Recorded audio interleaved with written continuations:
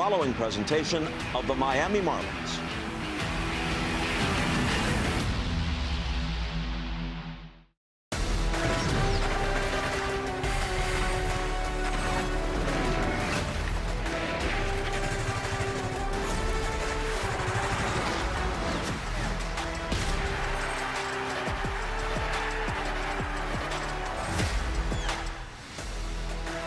It is a lovely, warm Wednesday night here in the Centennial State as we welcome you back to Marlins baseball on Marlins TV, brought to you by Werner, Hoffman, Gregg, and Garcia.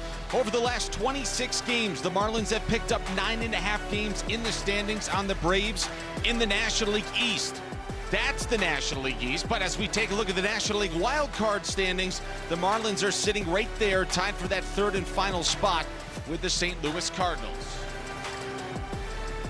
Hey everybody, great to be back with you alongside my partner, the former Marlins All-Star, Gabby Sanchez. I'm Kyle Seeloff. Gabby, we get right into it. It was a June to remember for the Marlins. It was one of the best months in franchise history. They capped it off last night with a Game 2 victory over the Rockies. Kyle, what a fun month, and it was offense and on the mound with the pitching staff. On the offensive side, it was their highest batting average, slug, on-base percentage, OPS than any other month this season. They scored 5-point runs per game. They also hit 32 home runs. That's 9 more home runs than any other month. On the pitching side of it, look at that ERA, 3.01. That's the team ERA. That's first in all of MLB. You had 2 pitchers that were perfect on the mound in Sandy and Max Myers. Sandy, of course, going 6-0. He's only the 3rd pitcher ever in Marlins history to do that. Well, the Marlins live and die with their starting pitching, and you're right. Sandy and Max were brilliant in the month of June, and Max Meyer will kick off the month of July here tonight.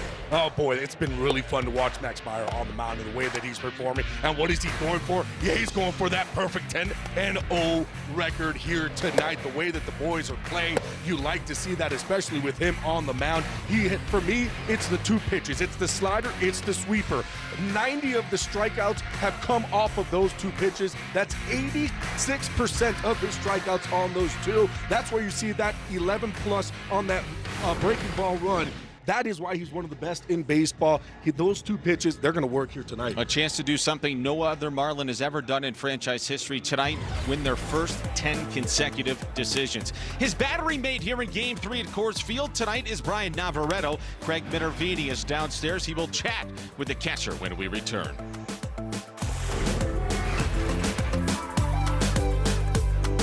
I need to do it.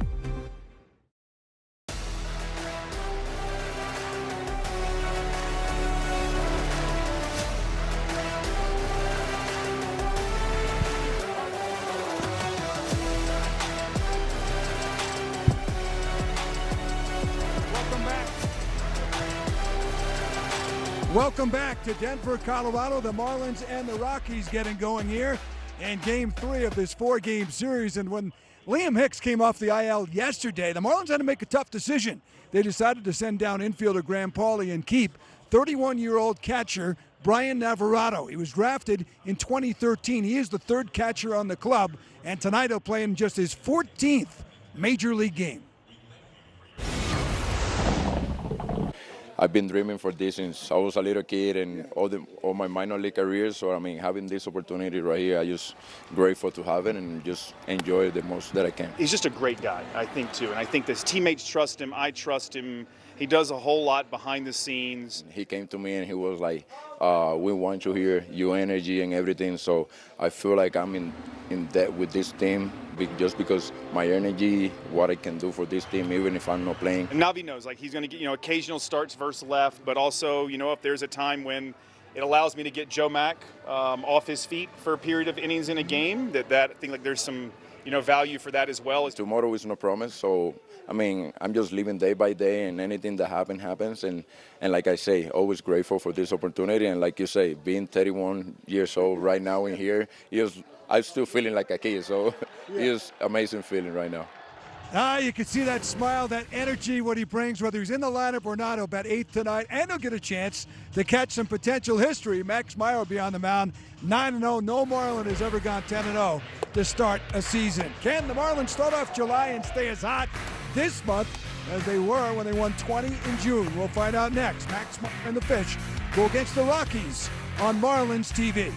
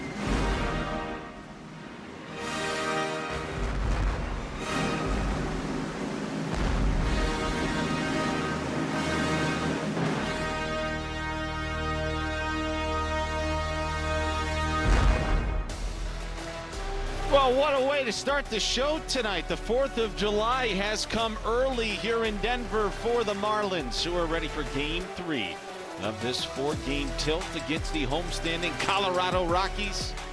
And we sure do thank you for joining us here on Marlins.tv tonight. As we take a look at the starting lineup for the Marlins, who just went 20-6 in the month of June.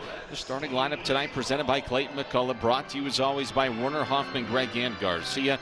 And a fitting way it was to end the month of June last night for the Marlins, who piled up a season-high 14 runs on 21 hits. Tonight, they go opposite of the southpaw, the veteran, and the Denver native, Kyle Freeland. 14 starts this season for Freeland, a 7.50 ERA. We are underway on time at 6:40 local time here at Coors Field tonight. With Kyle Freeland on the mound, you kind of go back to his last 6 starts. He's averaging about 5 earned runs per start. For the Marlins, it's about being aggressive. He's going to give you some pitch to hits. He's really not going to walk anybody, right? So go up there, look for your pitch, and be aggressive on it. Otto Lopez leading things off for the Marlins tonight. He's coming off a month of June in which he hit .340. Leading off for the 4th time this season for Miami this evening. This is a near all right-handed hitting lineup for Miami. That is hit sharply on the ground to shortstop. The Gold Glover Tovar gobbles it up, and he throws out Otto at first. 1 up and 1 down for Freeland. And let's take a look at the scouting for Kyle Freeland, who's on the mound. 1, no free passes. He's only given up 3 base on balls in those last 6 starts. He's landing the sweeper. It's one of the pitches that he has been throwing lately, and he's been really good with it. It's his best pitch in his arsenal, but he has struggled against right-handed hitters, and we've talked about it a little bit earlier already too. Right-handed hitters hitting .332 against with a .985 OPS, and how about 15 of his 16 home runs given up? It's right-handed hitters. I saw what you did there with the free land in your scouting report. I knew you would be doing your homework early this afternoon here at the Mile High City. Let's take a look at those left-right splits you're talking about here, Gab. Yeah, I mean, look, it's not like lefties aren't good against him. Lefty's still hitting .267, but you can look at the OPS. The power numbers are definitely down against him. Righties, not so much, and it's really been off the fastball, so you have to be aggressive off that fastball, and it's not really that hard either. About 90 to 92 miles an hour, so it's not like he can just power by. But guys are hitting .389 off that fastball with 7 home runs. Well, the 33-year-old left-hander is a graduate of Thomas Jefferson High School, 15 minutes south of Coors Field.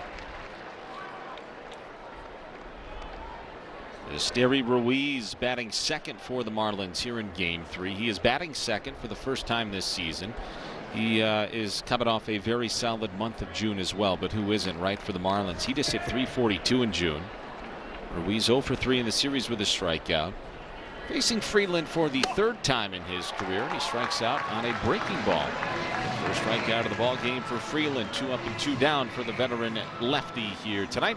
Let's take a look at his arsenal. StatCast 3D is powered by Google Cloud, and here is the arsenal in 2026. Yeah, he's going to throw that 4-seam fastball. He's going to try to be up with it. Another pitch that he will like to throw is that cutter, especially against righties. He'll throw that cutter in. His 2 breaking pitches, the knuckle curveball and the sweeper. The sweeper has been a pitch, we talked about it, that he's been utilizing a little bit more. And a ground ball up the middle, knocked down by Castro, and a 2-out base hit for Liam Hicks. So a 2-out base runner for the Marlins as we take a look at the Doral Kia defense behind Kyle Freeland this evening. Well, from left to right, Johnston is in left. How about McCarthy? He's now started in every spot in the outfield during this series. Freeman in right from third to first. Carroll's at third. Tovar at shortstop. Castro at second. Rumfield at first, and Goodman doing the catching. Edouard Julien started the first 2 games at second base in this series, so Willie Castro draws the assignment at second base tonight. Here's Heriberto Hernandez. So a 2-out base hit here in the first inning for Liam Hicks, which means now that his hitting streak is run up to 12 games. Over an 11-game hitting streak coming into the contest here tonight, he was hitting .354. And Liam came off the injured list last night after missing the prior 9 games for the Marlins with a cranky lower back. Did Hernandez go around? Yes, he did, according to our first base umpire, Ramon De Jesus. Yeah, you kind of look at what Liam Hicks has done. He didn't go get at bats. He didn't do anything. He basically said, 9 games, I'm still ready to go. What did he do yesterday? Yeah, he collected 2 hits. Not a big deal. He's ready to go. And with his first inning single here tonight, his batting average in his career against the Rockies up near 400.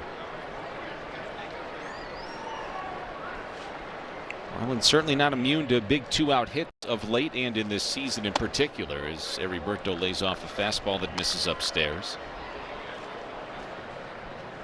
Kyle Freeland was selected in the first round back in 2014.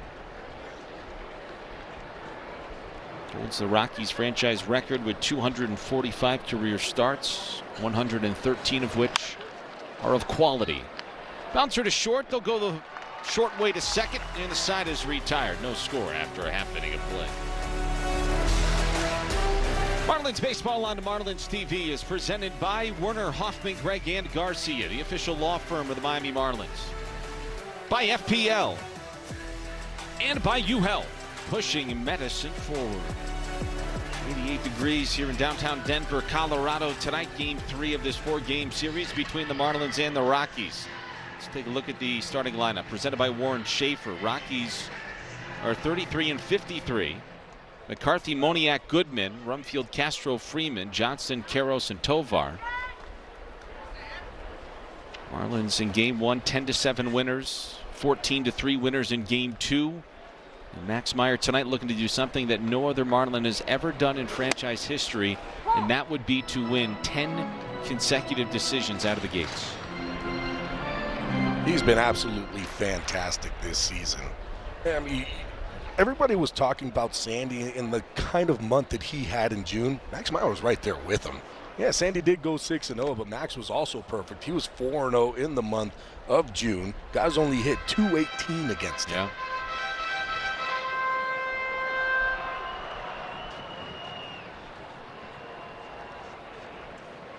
Well, he and Sandy Alcantara have been a two-headed monster, haven't they? And the guy right next to him, too, who's coming back, who's really, really good in Yuri Perez. I think it's very easy to venture to say Yuri was even better than Sandy in game 2 last night. And, of course, those two are saddled up next to each other for game 3.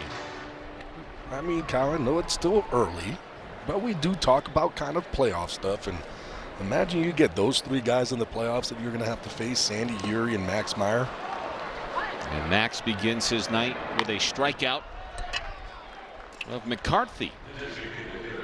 It's the 108th strikeout this season for Max Meyer. 1 up and 1 down here in the first.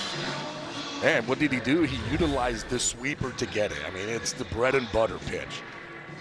Just beautiful thrown, started down in the zone. The reason why is because his fastball has been down in the zone. And when that fastball is down in the zone, guys will have a tendency to swing at that sweeper / slider too that's going to be down there.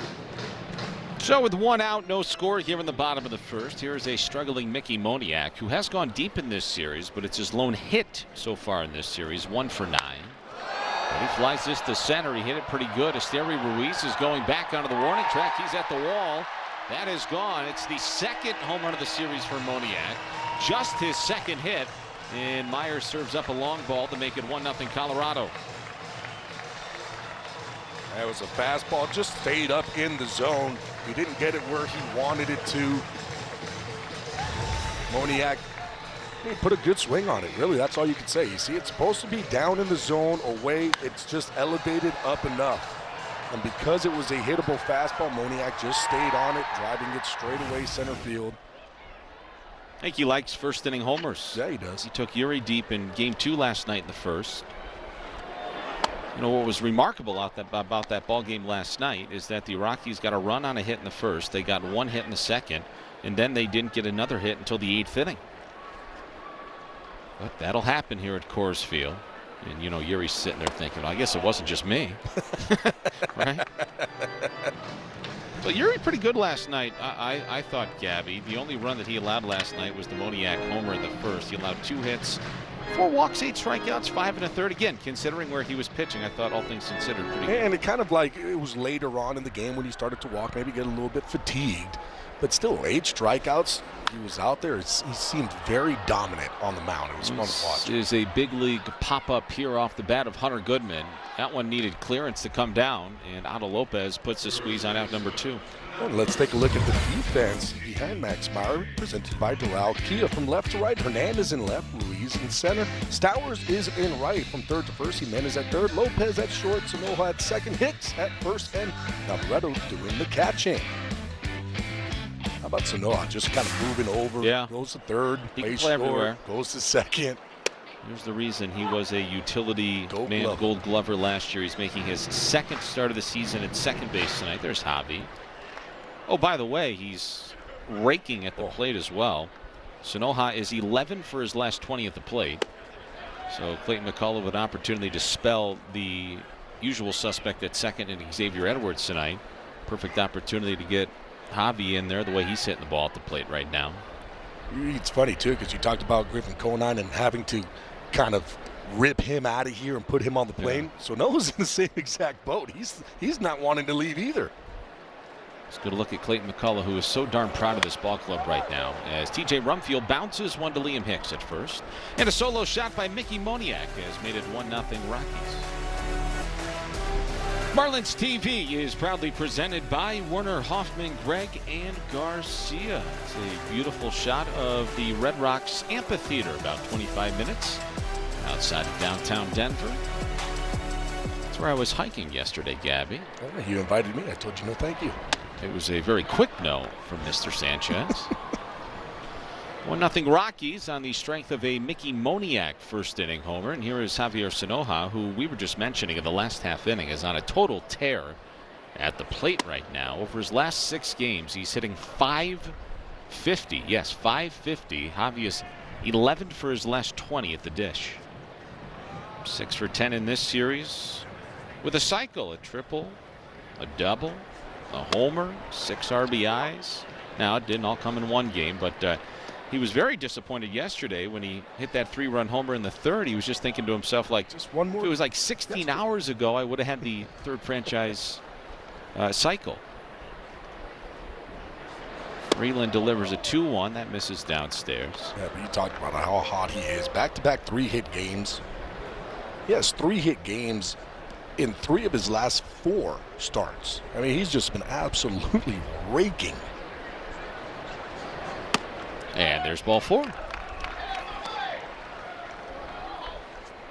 Leadoff man aboard for the Marlins. Hey, don't miss a moment of Marlins baseball all season long. Catch Marlins games on Marlins.tv. Brought to you as always by Werner Hoffman, Greg, and Garcia, South Florida's injury law firm. Visit Marlins.tv. Start your free 7-day trial tonight. Free trial terms apply. If you're not fully on board after a free 7 days of watching this, I can't help you. Here's Kyle Stowers. And it's free for 7. Come on. Watch the boys going out there. Well, you take Gabby and I for a test drive, and we'll get back home. Marlins are rolling. Picked up 9.5 games on the Braves in the National League East over the last 26 games, spanning the month of June. Tied for that third and final wild card spot in the National League. What is there not to like about this? I know the boys would appreciate all the support they can get right now. Kyle Stowers having a good series here in Denver. 4 for 9, couple of doubles, triple, couple of RBIs. Be nice to see Lone Depot just rocking for these boys. Yeah, I agree. Miami's a busy town, but no other sports going on, and there won't be for a couple of months. So get your sports fix by going to marlins.com/tickets and come hang out with us. There goes Sanoja. Stowers takes a strike. The throw down to second is in time. They got him. Not a great jump for Javi off the lefty. He's kind of thinking about it out there at second. I think he knows he's out. I think what you're going to start seeing, too, little by little, is guys really deviating away from second base when they're making the slide. You see that Sanoja tried to do it there. He tries to get his body away, and the leg just gets tagged. But you're going to start to see, especially with these shortstops starting to play really, really in front of second base, guys just really going out of the way and then coming back to tag second. And in the blink of an eye, there's 2 outs here in the second as Freeland collects his second strikeout of the ball game.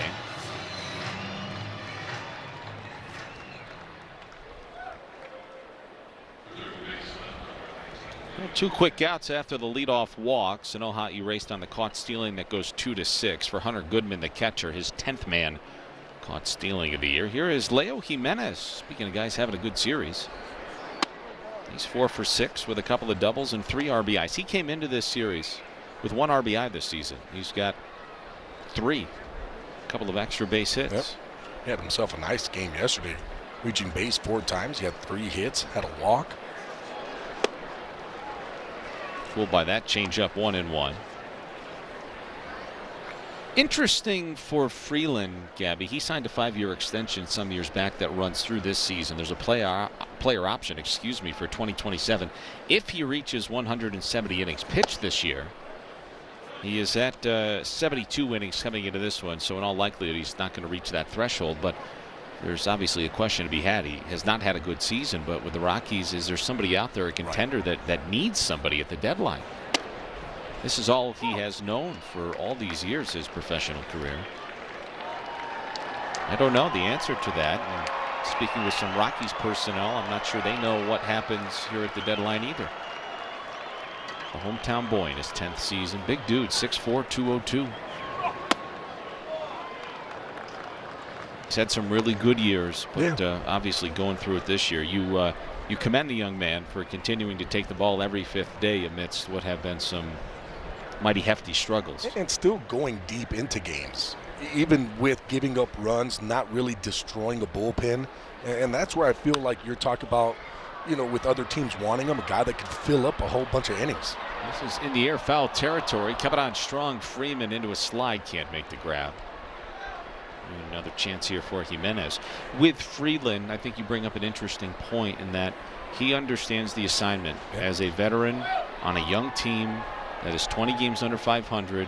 It really stinks for some of these older guys to get their butt kicked once in a while, but he knows, Gabby, to your point, every 5th day, every time that he takes the ball and he's on that mound, regardless of what happens, he's got to eat up innings for him. And we talked about it a little bit earlier. He's averaging about 5 runs per game in his last 6. But he's also given the team about 6 innings per in every single start. That is tapped softly towards third. Here comes Karros. Off balance throw to first. In time by a whisker. Marlins go quietly here in the second. Still 1-0 Rockies. Well, Max Meyer's first start of the season in 2026. A no decision at home against the Rockies. On March 29th, gave up 3 runs in 5 innings in the eventual 4-3 dramatic Marlins win. That was the Owen Casey walk-off game. Max, no wins, 2 losses, a .660 ERA, and 3 career starts against Colorado. He's coughed up a homer here tonight as Willie Castro leads off the last of the second.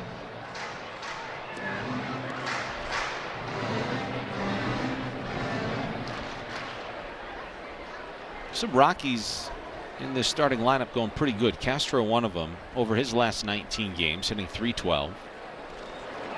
A .273 hitter on the year. Sweepers in there and a called strike. By the way, rest of the umpiring crew tonight: Dexter Kelly, the home plate umpire, the crew chief Quinn Walcott's at third, Paul Clemens at second.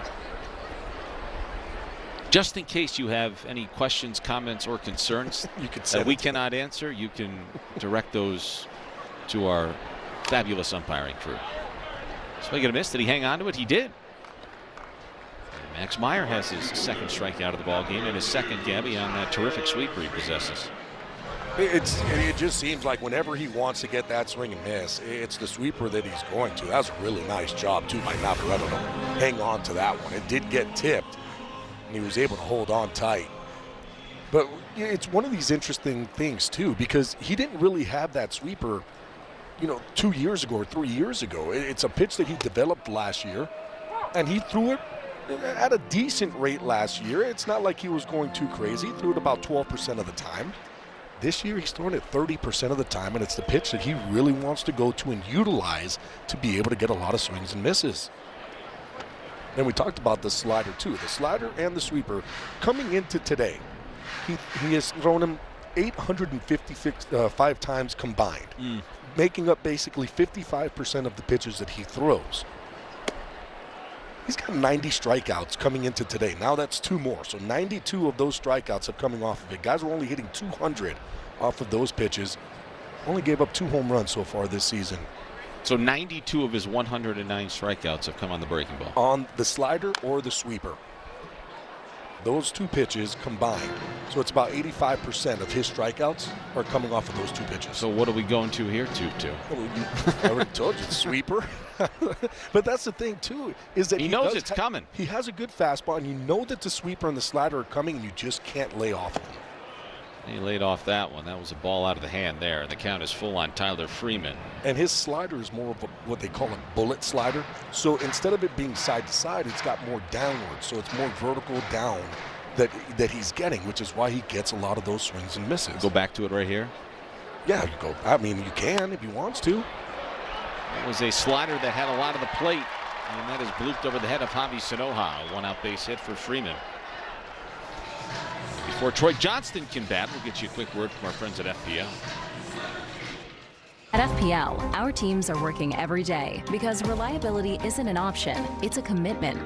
FPL, working for you every single day. I'm alongside Gabby Sanchez and the one and only Craig Minervini. I'm Kyle Seeloff. We thank you for making us a part of your Wednesday night on Marlins TV, wherever you might be, however you might be joining us.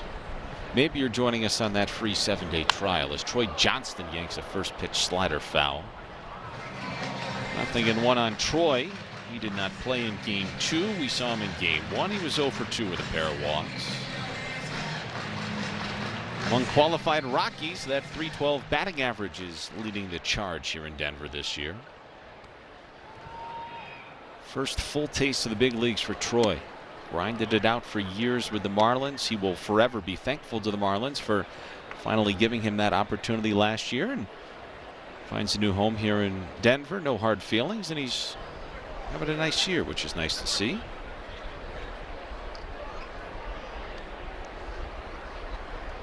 Got that tall upright stance from the left side, and a good sweeper there. It wasn't bad either with the Marlins in the leagues last year. He had 277, had 4 home runs and 112 at-bats. See where he is right now in the NL for average leaders on the list. Some good names there. Lopez is on the top of that list, which is nice to see. Along with the rise, Lee and Marsh. 1-2. Sweeper missed downstairs. 2 balls and 2 strikes on Troy. He's been very consistent, batting .312 this season, just hit .319 over 22 games last month. And it's July 1st, the calendar is turned. Clayton McCullough feels like there's no reason at all why the Marlins cannot keep up with their winning ways as a backdoor sweeper misses. Now the count is full. We'll see with Max on the mound if that'll loosen up Freeman, who does have some speed at first with 1 away. Maybe the Rockies would trust Troy to put the ball in play, avoid a strikeout. Navarrete behind the plate has a very good arm. And Navarrete gets the ball out quick, strong arm. That's one of the things where with Navarrete, Joe Mack behind the plate, really controlling the running game, where guys really don't want to try to test them. 3-2. Freeman is going, and Johnston grounds it to the right side, and the Rockies will stay out of a double play as Sanoja throws out Johnston. And the Rockies have a 2-out, runner in scoring position. So they trusted Troy to put the ball in play and stay out of a double play. And look, Troy doesn't really strike out all that much, so it's not really too crazy to think that they would at least trust it. And here's the other thing, too. That goes to show that they really aren't okay with just trying to straight steal because of what they have behind the plate. So in those kind of situations, you know what? Let's do that to keep guys close. So for the Marlins, you'll take it. Hey, 3-2 count, you want to go ahead and steal? Fine. You know, the one thing we probably haven't talked about enough in this series, it's probably because the Marlins pitching has been so good. This at times has been a very dangerous Rockies offense this year. They will pile up their hits, and Kyle Karros is another guy that can do that. He's hitting .368 over his last 27 games. But the Rockies played tonight 5th in the league in average, 2nd in doubles, 7th in triples, middle of the pack in homers. Well, they do strike out and walk. Well, they strike out more than they'd like, and they don't walk as much as they would like, as the 1-1 to Karros is wrapped foul.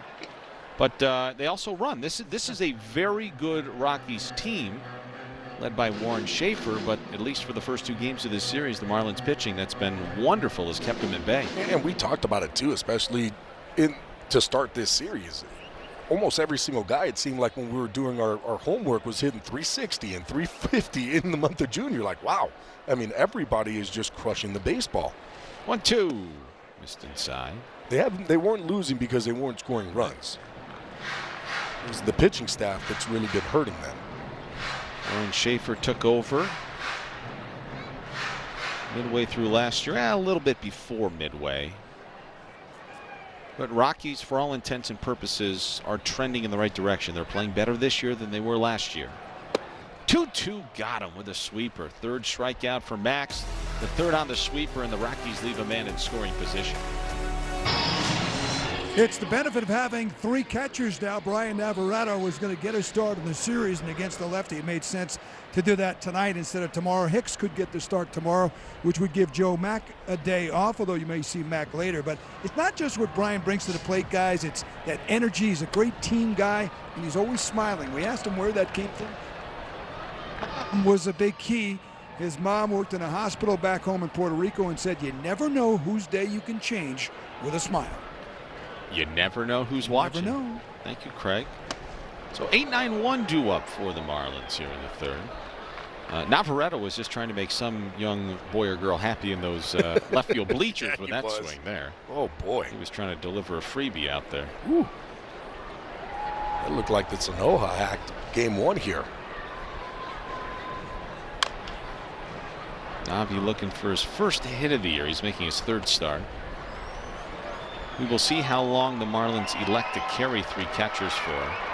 But with Liam Hicks being able to DH, the back issue, and play first, kind of feels like they're really only carrying 2, although they have the luxury of having 3. And I think it's that back issue that you said, right? Like, why do you need him behind the plate? Don't force the issue. When you have these other 2 guys who can really do well behind and control the running game.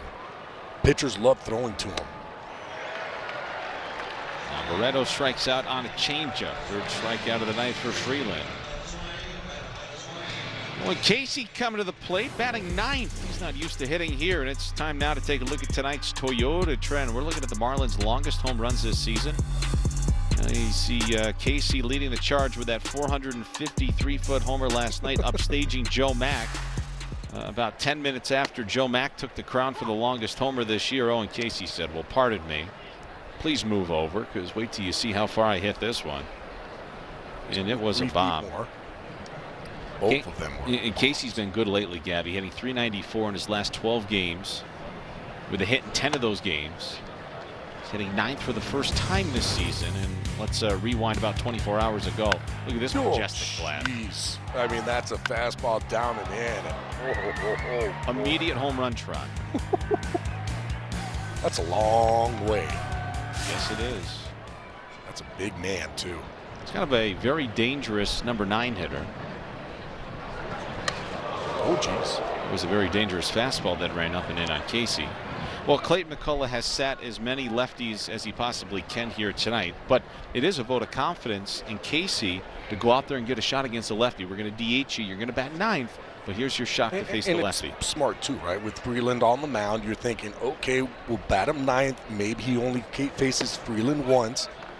It's perfect. You get him one time. Hopefully, by the 2nd time through, you're able to get Freeland out of there.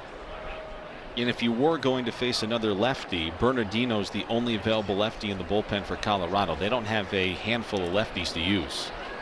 2-2. Foul.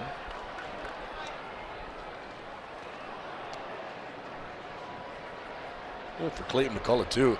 I mean, now, all of a sudden, your bench is just riddled with lefties who can do some damage. Yeah.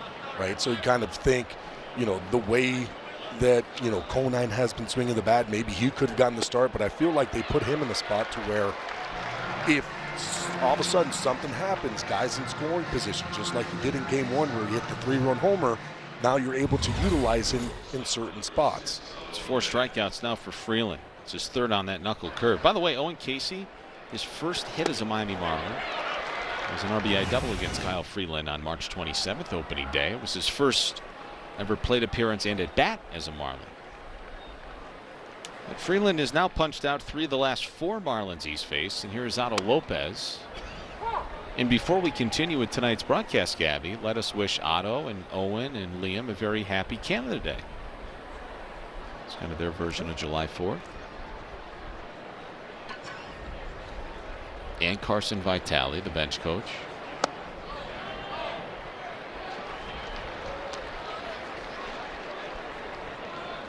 I think the Blue Jays were big-time winners over the Mets at home earlier today in front of a sold-out capacity crowd at the Rogers Center. They beat them 9-3 to win that series.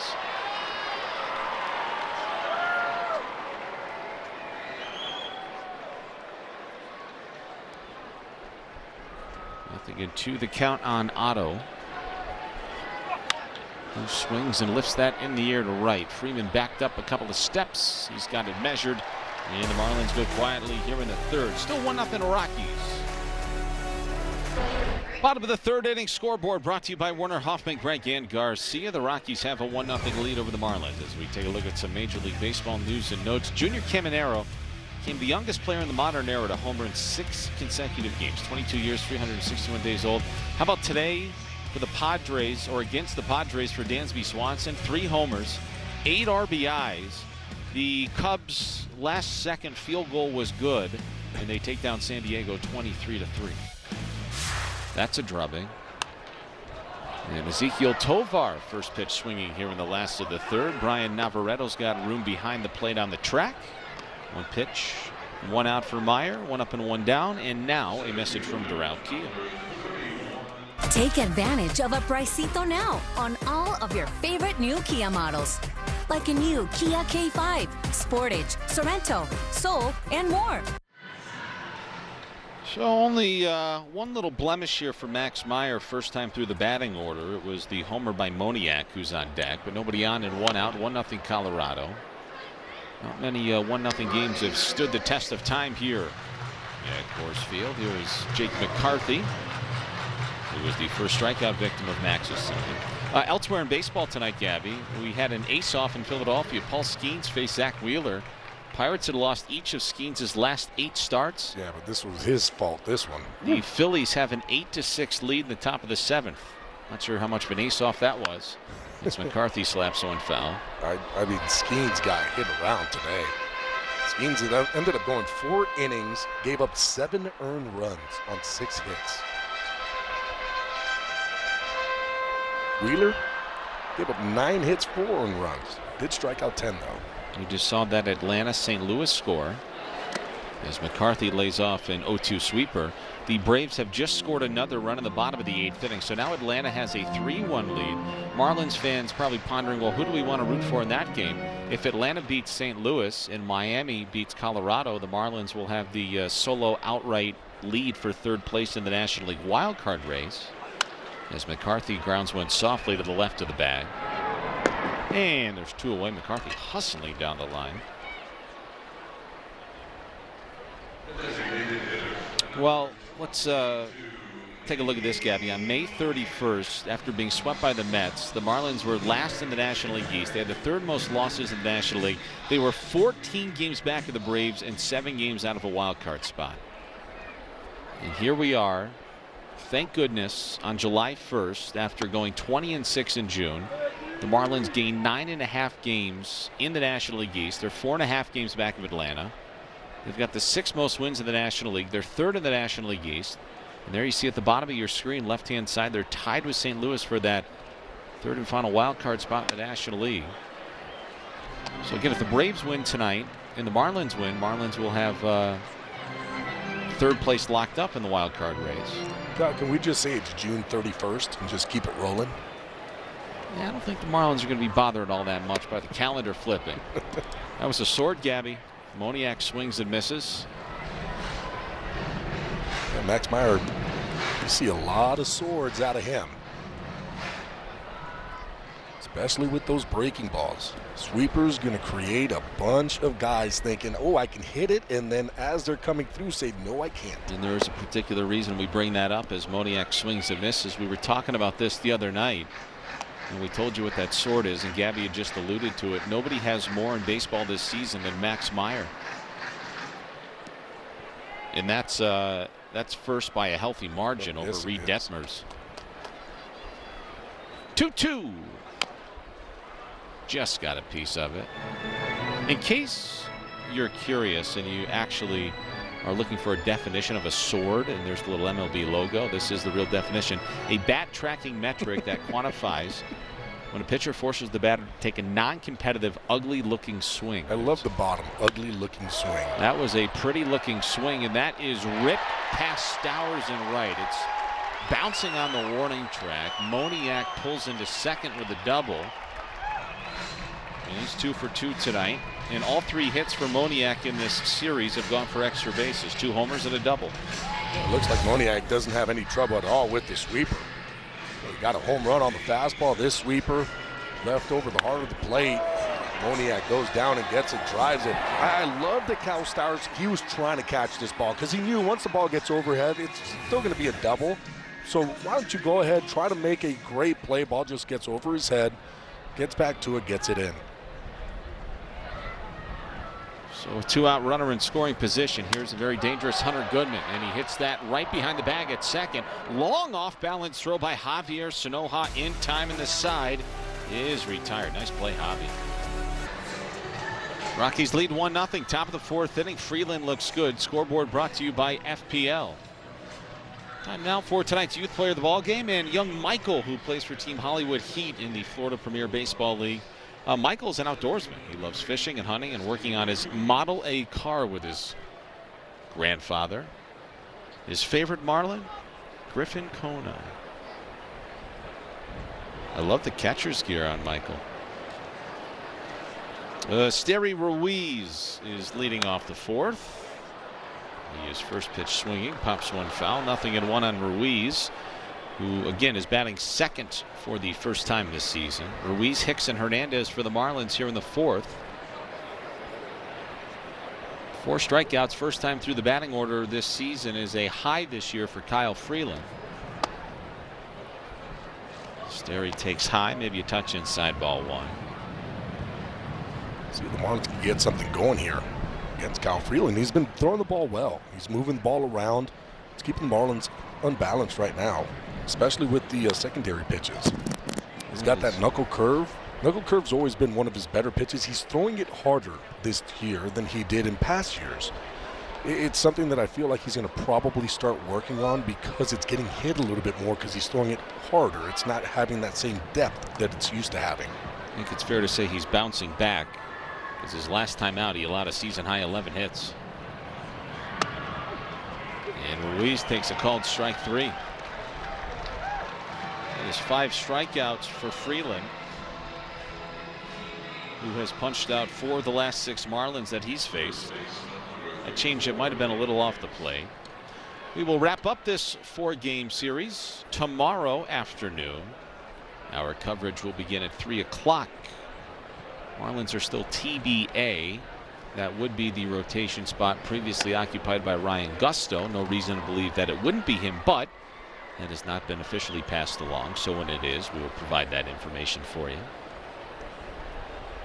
There's Liam Hicks, who has the only hit in this ball game for Miami, a first inning single. And here in the 4th, he's showing bunt and takes ball 2. So again, happy Canada Day, Liam. There's a lot of Canadians in baseball. Actually, if you're looking at most Canadian-born players in a single season since 1900, this year the second most. And that is wrapped over the leaping rump field down the right field line. Hicks takes a big turnaround first. He'll have to settle for a 2-for-2 start with a couple of singles. This year there's 23 born Canadians. 2011, the most ever in Major League history. They are 25, so there's still time. Well, Liam Hicks is saying thank you for mentioning that as he gets a cutter and drills it to right field. I love the big turn too, trying to be a little bit aggressive, trying to get himself into scoring position. He's off and running right off the bat, realizes nope, not going to be able to do it.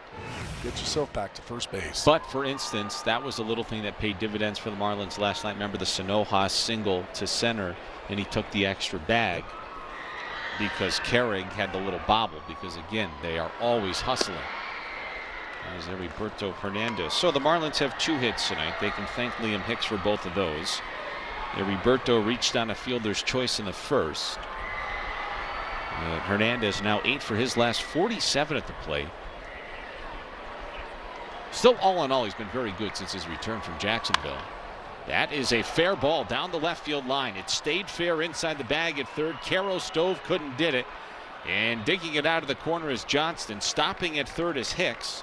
And the Marlins have their first real threat brewing here tonight, Gabby. And that's the thing. When you talk about Heriberto Hernandez and why he been a lot better since he's been back, being aggressive, especially early on in counts. Knowing that you're going to get a pitch, especially when you're facing a guy like Cal Freeland, he's not going to really walk anybody. So go ahead, look for a pitch that you can handle, gets that cutter that's in, gets the bat head out, hits it to left field, right down that third base line. All of a sudden, the Marlins have something going here with probably one of the hottest hitters coming up in Javier Sanoja. 5th double of the season for Heriberto. The Rockies infield will play back. They'll concede a run for an out. 0-1 on Sanoja, who drew a walk in the second. So Javi's still 11 for his last 20 at the plate. And he is headed towards the on-deck circle. He is in need of a little sticky stuff. Yeah, get a little spray. I never liked using the spray because I felt like it didn't get sticky until after the at-bat. And that spray that they use is actually the stuff that the trainers use, or at least it has been in the past, that you tape your ankles with. Tape the ankle spray. So second and third with 1 out. Marlins trying to tie this game, maybe even take the lead here in the 4th. Right guy at the plate. See if it's the right time. Freeland delivers. Sanoja pops it foul. It's 0-2. But if there's anybody in this starting lineup tonight, and there's a handful of these type of guys, you don't worry about Javi down in the count, no balls and 2 strikes, because you know he's going to battle. Yeah, I mean, and with runners in scoring position, hasn't bothered him at all this year, hitting .290, and he knows what he needs to do. Got to just put the ball in play in this moment, right? You were searching for the big hit. Now with 2 strikes, now you're playing for the team. You understand that everybody is playing back, so all you're trying to do is just play pepper with this baseball, put it in play. That is dribbled foul.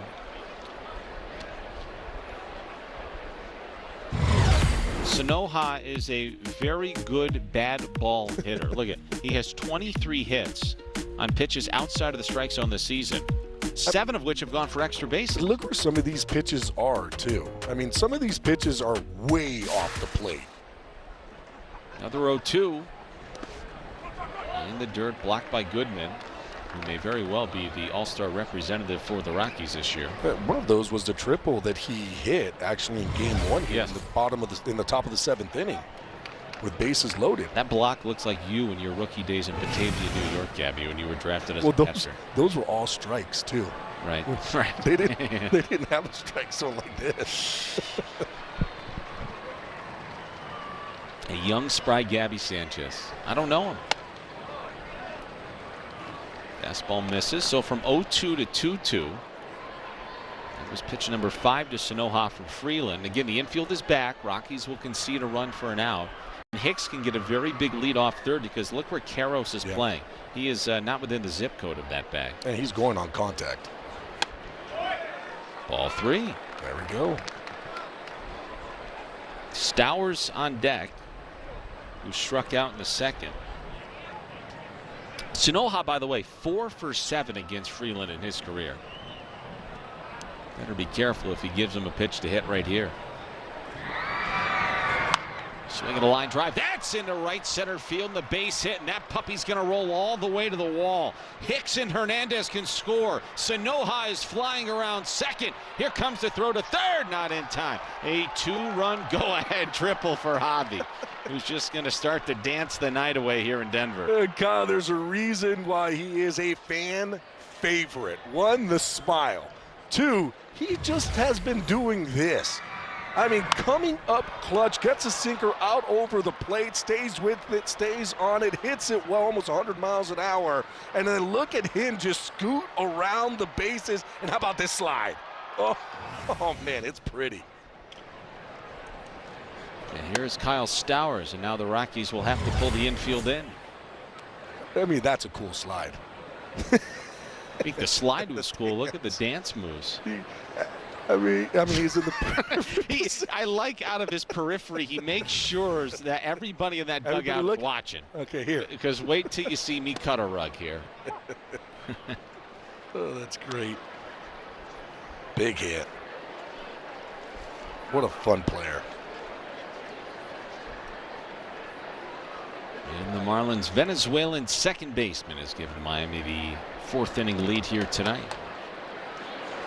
Stowers checked his swing.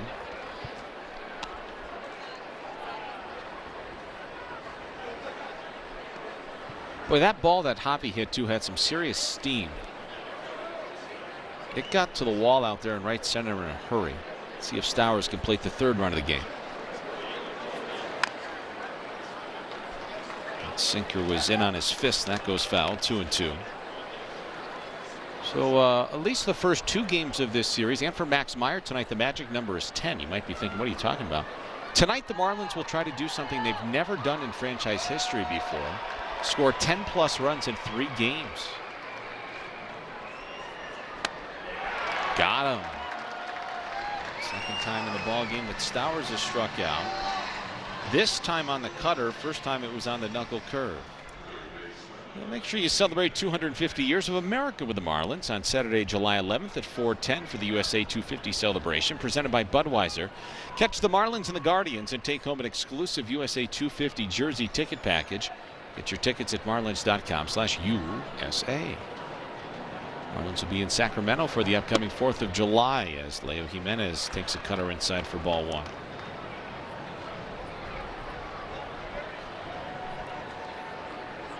Where else would you rather be on the 4th of July, Gabby, than with me in Sacramento?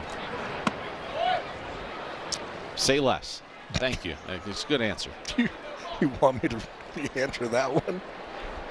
You have a beautiful wife and 3 beautiful daughters, and you get to spend it with me on Saturday in Sacramento. It's going to be fun. Or is it Sunday? Whatever day it is, we'll be together. Saturday? Huh? I think it's Saturday. Saturday? Okay. I don't know what day it is. Yeah, Saturday. It's going to be a special night. You and I can cozy up and go watch some fireworks after the ball game. It's another launching pad we're going to. There's another strike on Leo. 2-2. I'd like to see the Marlins have some fireworks just like we've seen the last 2 games. We've seen plenty. Yeah, let's keep it going. It's been fun. Don't rule out the Marlins scoring 10 runs again here in Denver. Javi Sanoja has given the Marlins the lead as Jimenez cracks one foul. And Javi, the second Marlin this season with multiple RBIs in 3 straight games. The other Marlin to do it was Liam Hicks. He did that in late March through the 1st of April. It's a cool customer, folks.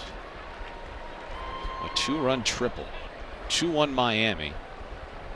Deuces are wild. The 2-2. That one missed. Ball 3. And the Marlins are now really starting to make Freeland work in this outing. He just threw his 69th pitch. He is not yet through the 4th. Keeping track, you'd like about 15 pitches per inning. He should be right around 60 getting out of this 4th, but the Marlins are making him work for it, stressing him out. And Jimenez is going to keep on hanging around. He fights off that sinker.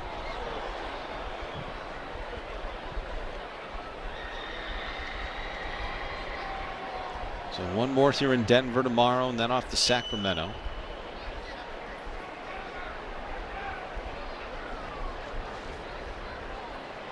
Pitch number 8 to Leo. It has hit the center field. McCarthy thinks he's got a beat on it. He does. A 2-run triple for Javier Sanoja has given the Marlins a 2-1 lead. Liam Hicks with 2 hits tonight. Heriberto with a double. And then Javi Sanoja. Go get it, big fella. 2-1 Marlins. Bottom of the 4th inning. Marlins lead 2-1. Marlins.tv is powered by Major League Baseball. So Max Meyer is operating with a lead for the first time in this ball game. Again, Max tonight trying to become the first Marlin in franchise history to win his first 10 decisions of the year. It's 9-0 through 17 starts as TJ Rumfield hits one back in our direction, foul. Tell you what, I'll give you one guess who I voted for to be the National League Rookie of the Month of June today. Joe Mack. TJ Rumfield. Oh, for TJ Rumfield, you're saying for somebody else. I like Joe Mack. But you are right. TJ Rumfield is .316, 5 homers. Hits that on a line to second, picked by Sanoha. One away. Well, MLB Central, in case you missed it, had a little fun talking about the Marlins this morning. Mark DeRosa was on fire, and he started the entire segment. It was a club theme. You see Clayton with the sleeve tattoo, talking about the models of consistency, some of the next wave guys, some of the young bucks for the Marlins. Handled these boys with care, Joe Mack and Liam Hicks. You can put Brian Navarreto into the mix. It was great, though. They spent a good 15 minutes on the Marlins. Oh, and yes, closing time. You can't forget about the bullpen. And this all obviously was derivative of the homer sign that they have. Let's party, Miami. Or Fighting Fish. Billy Castro takes a changeup inside for ball 2. But, yeah, they spent a good 10-15 minutes on the Marlins. They were so complimentary of Clayton, his entire staff. And you can't find too many folks anymore as Castro yanks that one foul. Look out.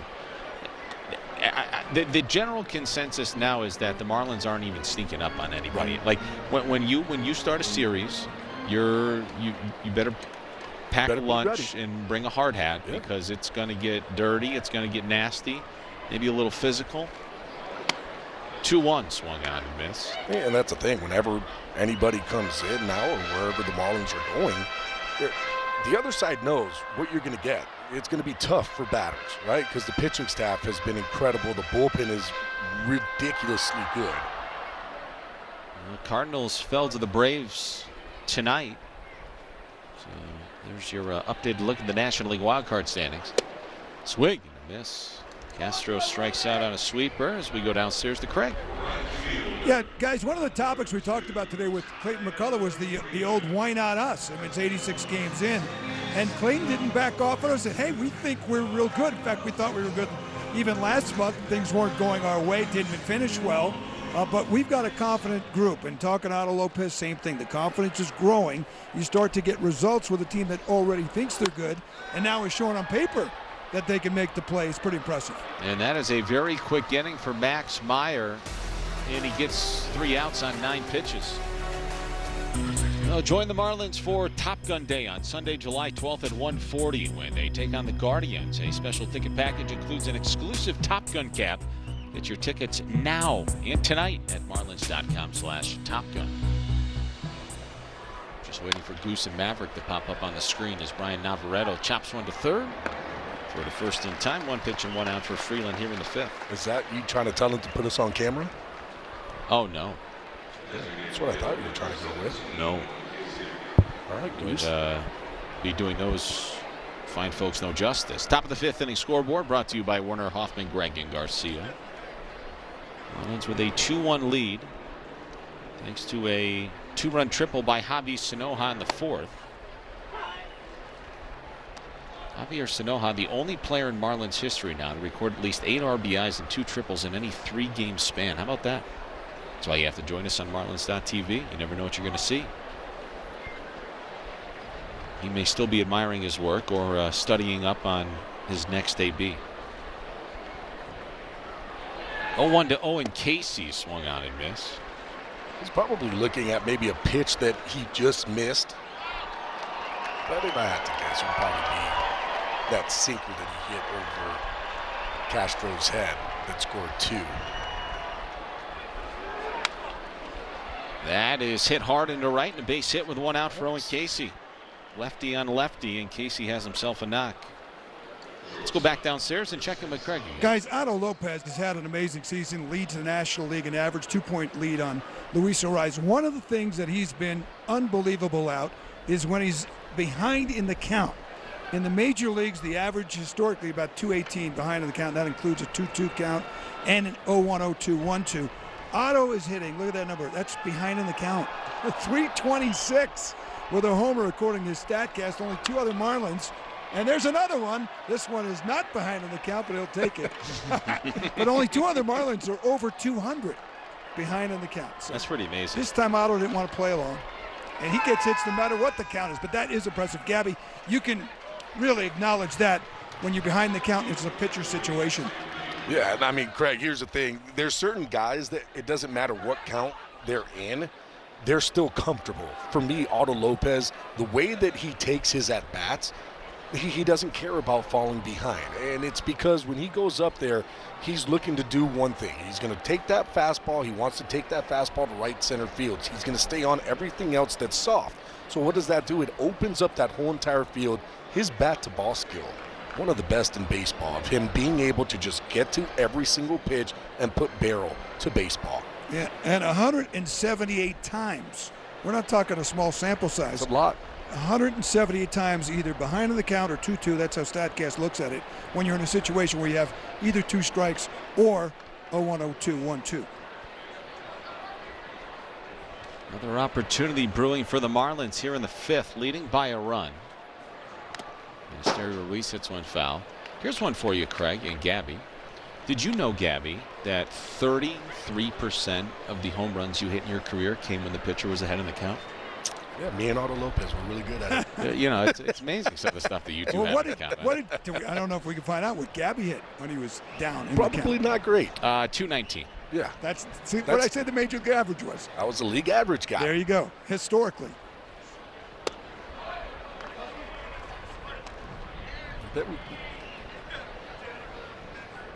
Make sure you stay tuned till the 7th inning for the stretch, brought to you by Celsius Energy Drinks. One out singles by Casey and Lopez. Ruiz takes high for ball 2.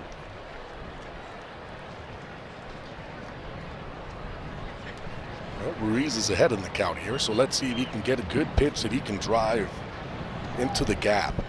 See if we can get something out over the plate away. That's where Freeland's been liking to live. Good cut. I'll tip that cutter 2-2. Yeah, got a good cutter. Down in the zone, but good swing on it.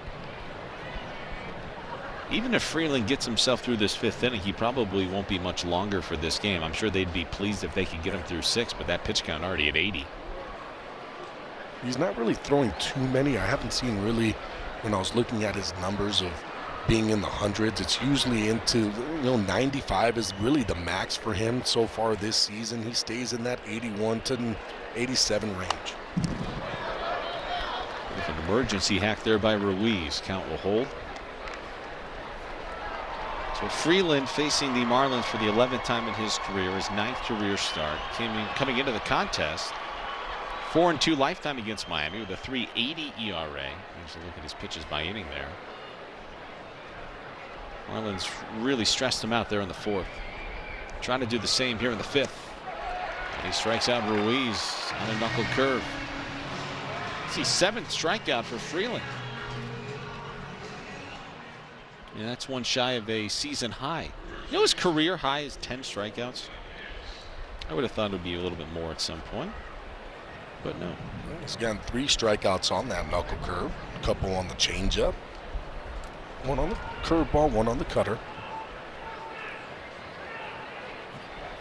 Liam Hicks 2 for 2 tonight in his 2nd game back off the IL. It's crazy how quick he has been able to just get right back on point. Yeah, it's almost timing issues. There it really hasn't been anything. Even at 98, he's back on time. He's there, barrel to baseball, getting himself hits. Liam takes a strike call. That doesn't just happen. Like, it's not easy. It doesn't for many, apparently. Right. It does for him. It does for him only. You missed, 10 days of seeing live pitching. You don't just come back and say, like, okay, no, I'm good, and my timing is perfect. Hicks grounds a 1-1 knuckle curve to 2nd. Marlins leave a pair on here in the 5th. Halfway home, Marlins leading by a run. Well, if you want to score some major deals and you're a college student, sign up for Marlins University, presented by Celsius. Get verified in seconds using your .edu email and unlock exclusive student-only ticket offers starting at just $5. Sign up now at marlins.com/student. Troy Johnston leads off the home half of the 5th inning for Colorado. Ooh. A house divided, Gabby.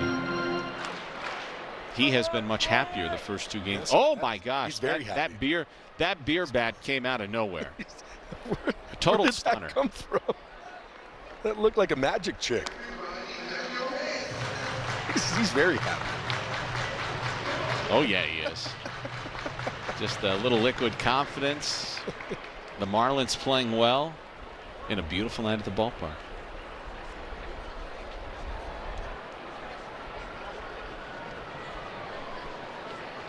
By the way, if you're a college student, you're coming back to school in August, get $5 tickets to a Major League ball game. How about that? That's really cool.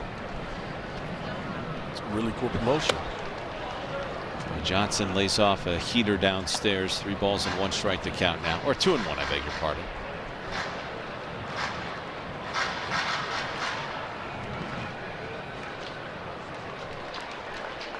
Max missed with a fastball. With the foul tip on the changeup, then missed on another fastball as Johnston grounds that into right for a base hit. Leadoff man aboard for the Rockies. Even Sanoha made that slide look cool. He's still sitting down. He's just fixing something, then he's coming back out.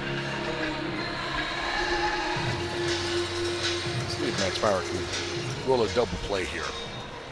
Himself a nice little ground ball. Troy is not much of a threat to run. He has stolen 4 bases this season. He has a very small lead at first as Karros just spun out of the way of a sweeper that drops in there for a strike. Karros really did not take a liking to Max Meyer's sweeper in the 2nd inning. He struck out on that offering. Max has 4 strikeouts. He's worked 4 innings. He leads 2-1. Karros hits one sharply. Javi's got it. No, gets underneath his glove. Johnston stops at 2nd. Boy, we were kind of blocked because it looked for a moment like he had it. But it got by him. I think he did have it. I think it tipped the end of his glove just right off the end. Because it looked like he was right there. Ball was hit hard. But yeah, just really off the tip of his glove as he's going down to make the play. Oh. Just couldn't come up with it. Ball was hit almost 100 miles an hour off the bat. Going to go down as a base hit for Karros. No, they went error. That's a tough error. That ball was smoked. And now dropping down a bunt. Here's a throw to 3rd, and it's not in time. Jimenez couldn't get back to the bag in time. Johnston beat the throw. The Rockies have him loaded. But the Marlins will challenge. When I was looking at it, I thought that beat him. Miami is challenging the safe call at 3rd base. I thought Navarreto did a heck of a job there. Jimenez trying to work his way backwards. But I thought that Jimenez put the foot down and had tagged before that foot. Yes, he did. He did. Challenge brought to you by Werner, Hoffman, Gregg, and Garcia. This one should not take long. And you're right, a really heads-up play by Navarreto. That's years of experience behind the plate. He knew exactly who was at 2nd and how much time he had. And for Jimenez too, right? Because he's supposed to be attacking these balls, so he's going to be playing in more on that bunt. So for him to be able to stop, pivot, get back to 3rd base, catch that ball, still step on 3rd, really nice play all around. Still a little chapped by them going E4 on Javi. That's After review, the call in the field's overturned. The runner is out. Miami retains their challenge. Let's watch Navarreto the whole way. Again, this is years of experience. Years of experience. Level. And how about getting out as quick as he did? There's the bunt. You see him just getting out quick, grab it with the hand, get it over to 3rd. I mean, that's all in one motion, basically. As he's grabbing that ball, he's stepping and he's throwing over to 3rd base. Not an easy play to do, especially when you have a moving target. Because remember, too, Jimenez is moving as he's going back to 3rd to try to make that play. Here's a really nice view of it, too. Look how quick he gets out. Navarreto out quick. Now he has a moving target, throws a strike over to 3rd. Bang, bang play. They get the out.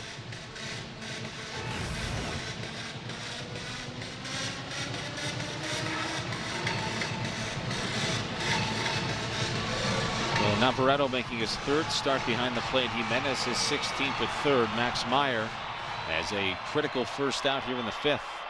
Huge difference when he can go under the hood there. It's a difference between bases loaded, nobody out, and a double play being in order. Here's Jake McCarthy for the third time, 0 for 2, strikeout, ground out. When he grounded out in this ball game, he hit one to Lopez at short. He has been very efficient. He's only thrown 62 pitches. He needed just 9 pitches to get himself out of the fourth. His lone perfect inning here tonight. McCarthy hits that softly towards first. Liam Hicks will take it to the bag himself. Runners do advance. Tying run is at third, but now there's 2 outs. Well, we have a moment before Mickey Moniak does the batting. It is time to take a look at our Ocean Bank Making Waves minor league report. Cam Canarella this season with Beloit and Pensacola just on an all-time heater. And last night, 4 for 4 with a solo homer. He's got 9 homers on the year. OPS north of 1,000. 41 RBIs. He just kept the bat going, too. High A, swinging the bat well, go to Double A, facing you guys, being on a new team, not bothering him one bit. In other news, Iva Arquette is hurt to the extent that he underwent surgery to repair his left thumb UCL. He is expected to miss 5 to 6 weeks. That's very disappointing news on the Marlins end. He got hurt, I believe, last week, maybe on an attempted stolen base, if I understand correctly. But he's out for, by the time he comes back, it's a couple of months. Yeah. 6-7 weeks, 2 months, somewhere in there. And it's a hand injury. It takes a little bit longer to get back because you got to make sure that it's strength. Sure, and you're not going to force a guy who's a big-time prospect for you back. Here's the 0-1 to Moniak. And he hits that out towards right center with a base hit. That's going to give the Rockies the lead. It'll chase Stowers all the way to the wall. Moniak has homered. He has doubled. He's on his way to third. He's got a triple.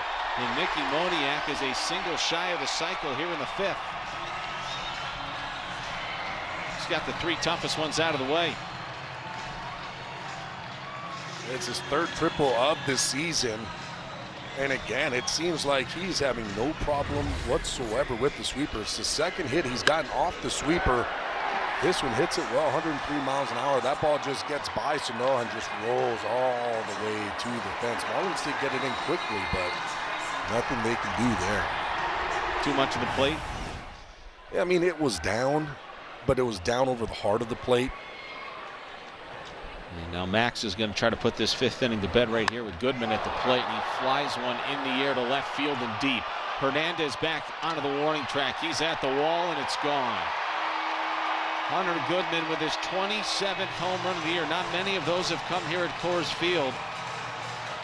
With a 400-plus foot shot. He's opening things up here in the 5th. Colorado leading 5-2. It was a moonshot. A moonshot is exactly what that was. A 45-degree launch angle. It didn't seem like he hit it all that well. He thought it was not hit well. That's a Coors Field special. That is a Coors Field special. That ball just kept flying. I'm actually looking at the flags, and the flags are blowing out. But when he hit that ball, I did not expect it to go as far as it did. It's the 3rd career homer for Goodman against Meyer. He had hit a pair of them against Max last year. And he's laughing because he knows. He's like, I didn't hit that ball that well. Now some work to do for the Marlins. Work to be done. But again, remember where we're playing here. This is a 4-run bottom of the 5th inning for Colorado. All 4 runs scoring in mere moments. And all 4 of those runs coming with 2 outs. Well, I can't believe that. Just sailed right on out of here. And it was, quite frankly, a no-doubter by the time it reached the seats. That ball went a long way. 0-2 to Rumfield from Max. It's hit in the air to left. But that one will go foul. Boy.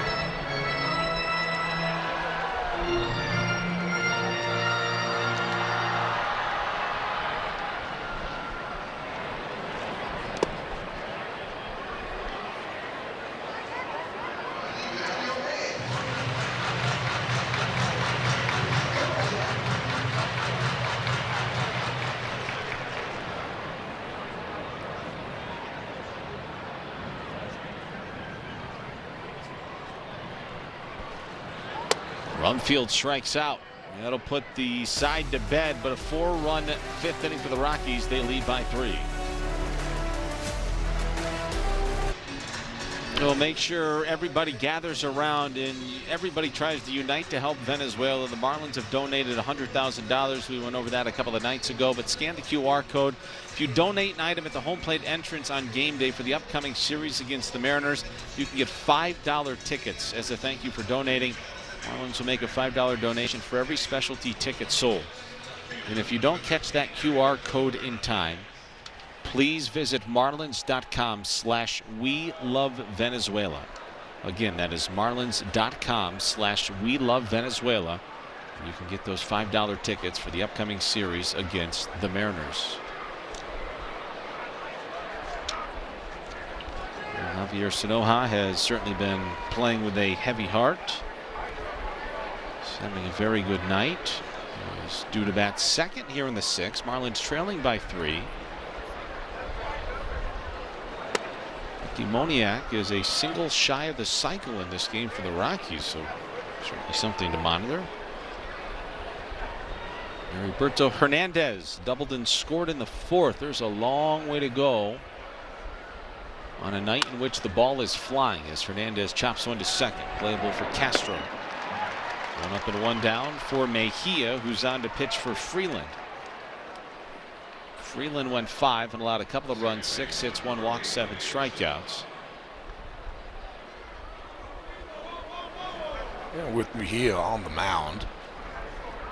It was a good 4-seam fastball. Has a sweeper sinker. Will throw a changeup, occasional slider. That fastball, though, it's a good one. It's going to be in the upper 90s, 98, 99 miles an hour. Watch your head. That is not what you're looking for. No. If you're Sanoja. Look where this ball goes. Oh, jeez.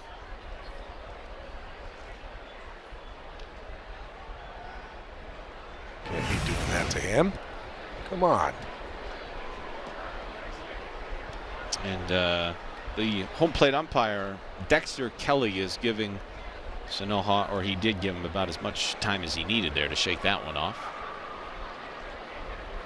Javi 1 for 1 tonight. Tripled home. A pair of runs in the 4th. He's ahead of the count 2-0. So the ball flying here tonight. Winds, if you take a look at the rock pile, are just whipping out to left. I mean, anything in the air to left right now is going. Has a chance to get out of here. 3-0. Well, we just finished seeing that. That ball that Hunter Goodman hit, and there's a reason why it kept going. That wind is just blowing everything out to left. You get it up high enough, it's going to keep going. There's ball 4. And Javier Sanoja is on base for the 3rd time tonight. He's drawn a pair of walks now. Don't miss a moment this season with Marlins TV, brought to you by Warner Hoffman, Greg and Garcia. You can stream the entire season within Marlins territory. You can hang out with us at home, or if you're on the go, stay connected with us all season long. Visit marlins.tv for details and start streaming today. We are with you tonight, tomorrow, Friday, Saturday. Peacock national exclusivity on Sunday. Stowers lines one to McCarthy in center. There's 2 out. Stowers got a good pitch to hit, got a good fastball, good swing on it. Just hit it right at McCarthy. With all that room out there in the outfield. You got to hit it right at somebody. I'm right there with you. Every once in a while, it's a stupid hitter, too. Here's Leo Jimenez. So the Marlins have Marcy, Mack, Conine, and Edwards on the bench tonight. Similar to Otto yesterday, a prescribed day off for Edwards. The others for your matchups. See if any of those guys contribute and play a factor late in this ball game this evening. Oh, I think we will see a couple of them. There's only one lefty in the bullpen for Colorado. That's Bernardino. He may have just gotten up. Yep.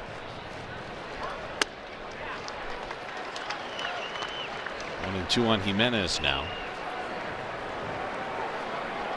And Brennan Bernardino has a lead. gotten up in the bullpen. And strike 3 called on Jimenez. Marlins go quietly here in the 6th. Mid-6, 5-2 Rockies. Marlins baseball is brought to you by Doral Kia, home of the Pricito. And by the Wells Fargo Active Cash Credit Card. Earn unlimited 2% cash rewards on purchases. Terms apply. Sun's starting to set on a Wednesday night. Bottom 6 scoreboard brought to you by Werner Hoffman, Greg, and Garcia. Some important information to share as it pertains to the Hunter Goodman homer. Tied the 2nd highest launch angle on a homer by a Rocky during the StatCast era. Now remember, that goes back to 2015. Charlie Blackmon also had a launch angle of 45 degrees on a homer in 2018 in San Francisco. I would imagine without looking, he tucked that just inside that right field foul pole at Oracle Park. If I had to guess, that's exactly what it is. And the wind was probably blowing out as well. Now, the highest launch angle ever in the StatCast era by a Rocky was Nolan Arenado, and that one came in Milwaukee in August of 2018. That is smoked to right, but right at Stowers, who had Castro played perfectly. That's a low launch angle. Yes, it was. 17 degrees.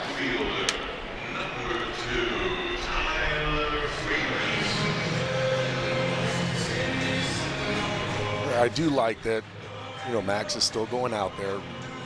You look at the pitch count, 74 pitches, 75 pitches, just continuously going after guys, seeing how deep he can go into this game, see if his hitters can come back and score some more runs.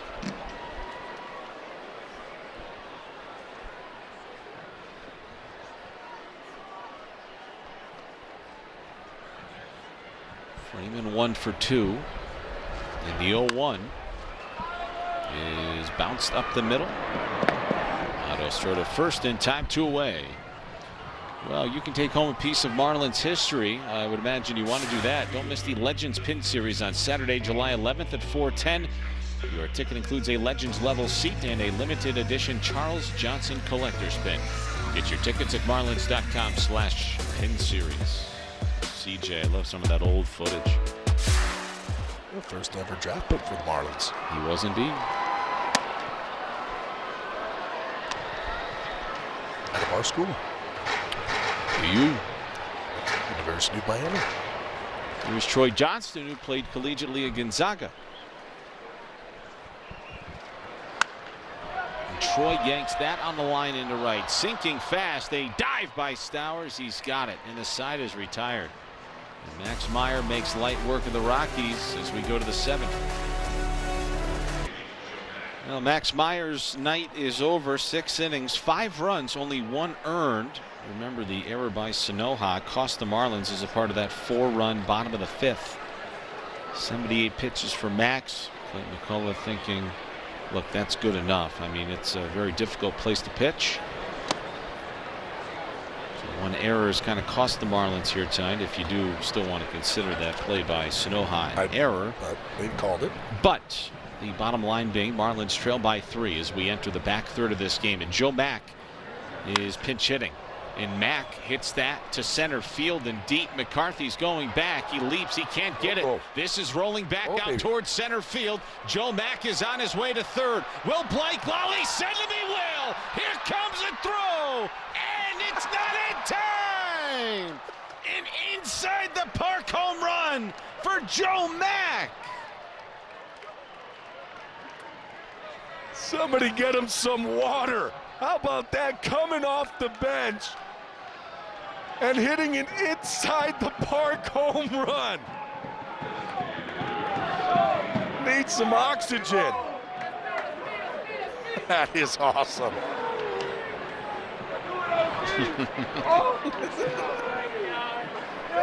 He can't believe it. His teammates cannot believe it. The Marlins are within 2. There's the water. He's got 7 cups of water waiting for him. Ari Berto's assisting. That's great. Oh boy, he hammered that ball. And another Marlins home run for healthcare, brought to you by Leon Medical Centers. Each Marlins homer this season means a donation to the League Against Cancer, delivering free care in South Florida. Joe Mack needs a little care, and he's got the oxygen mask. He's got the little tank, the little to-go tank. Hey, how about Blake Lawley, though, sending him on that one? That's the cool part. Go ahead and send him. Get yourself a chance for an inside-the-park homer. Good call. That's a good day off for you. Look at him. He is sucking down air. Now Owen Casey yanks one foul. Let's watch it back. Oh, this is great. Absolutely hammers his pitch at 103.6 miles an hour. And look where it hits, perfectly off the wall. And as soon as we saw that ball rolling as far as it did, we knew something special might happen. And Casey takes strike 3. I mean, I'll tell you this, Joe Mack, he knew too. As soon as that ball hit, he saw it going. He's just scooting around them bases and then says, uh-oh, I might have to put the little extra jetpack on. Let that piano go. Blake Lawley said, no, you keep running. A little extra time on the slide home, too. An inside the park home run for the Marlins. Here's Otto Lopez batting with 1 out. Never had one of those. No. I'm glad. It's a long way to run. It's the first inside the park homer by a Marlin since April of 2023, and that was accomplished by Yuli Gurriel. But that was the first ever pinch hit inside the park homer in Marlins history.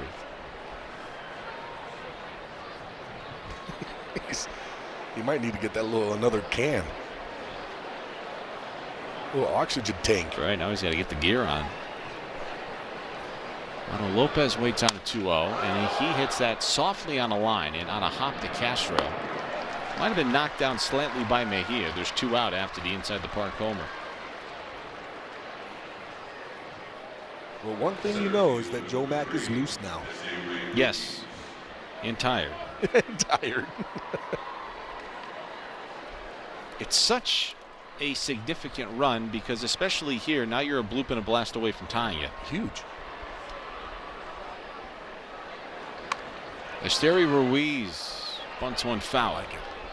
Yeah? I really like that with Ruiz. Going up there, okay, there's a situation, trying to get on base. Why? You have Liam Hicks hitting behind you. You just finished talking about being a bloop and a blast away. Get yourself on and give yourself a chance to tie this game up.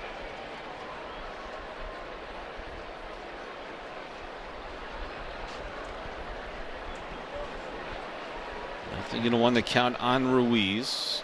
And again, Clayton McCullough goes to his bench and it immediately pays dividends. How about that? Need you to pinch hit for me, Joan, if you can. A round tripper the hard way. Oh. Nice moves. Yeah, it was.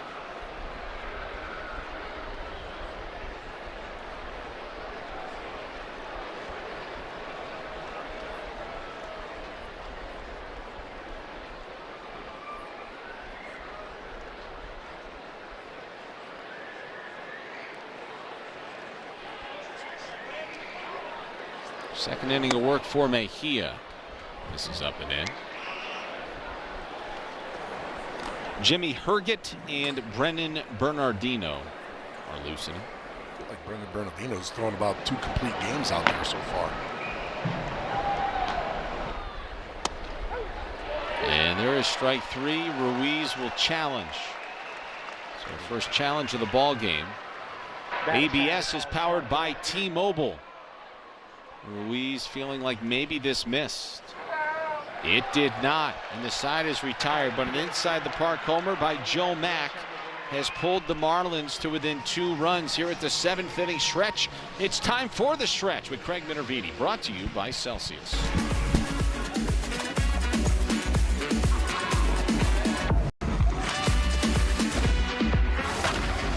Welcome to the stretch presented by Celsius Energy Drinks. Tonight, a physics lesson with a Marlins connection. The one-time collegiate physics professor, Miami's director of field operations, Aaron Lenhart. Professor, good friend of Lenny, one of the star coaches for the Marlins. How do physics play a role in games here at Colorado and this baseball? Well, the world here is different than at sea level. The air is a lot thinner, and that means less air to stop the ball as it flies through the air. That would go 400 feet at sea level, go 420 here, something like that. The pitching, you know, you want to put a spin. You want that ball to break. And the ball breaks because of aerodynamic forces, and that requires air. And so if there's less air here, less break on your ball. And that's just a fact of playing at Coors Field. Baseball is almost as exciting as physics. Look, you guys know this, right? You all know Lenny. We know Lenny. And the inventor of the torpedo bat. Yes. That's physics at work, man. Man, this game is all about physics, and he can tell you a lot more than I can. John said that, you know, baseball should be happy that physics is the more exciting thing of the two. Would you agree with that or disagree with that? Well, I think John's the highlight of John's day was community softball after the day and when physics was done. So I think there's a certain truth to the matter that that baseball is probably the more exciting of the two things. Those two did win a softball championship together, by the way.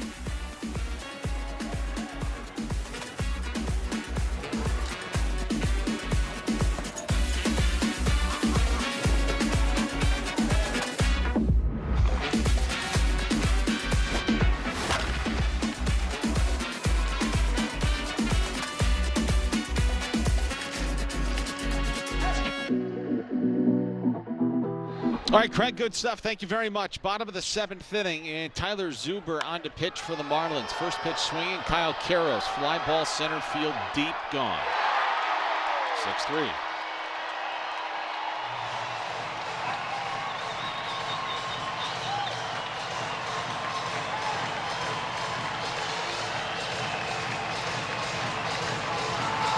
Zuber comes in, throws a slider right over the heart of the plate. Oh, Garros didn't miss that one. Straight away center field. Third home run of the ball game for the Rockies. And here is Tovar. All that homer does is guarantee that Moniak is going to hit here in the 7th, a single shy of the cycle. And Joe Mack, who just hit an inside the park homer, is catching. Zuber on in relief of Max Meyer. He's making his 10th appearance of the year as Tovar pops this up. Outside of first, Liam Hicks will give it a look, but that's all.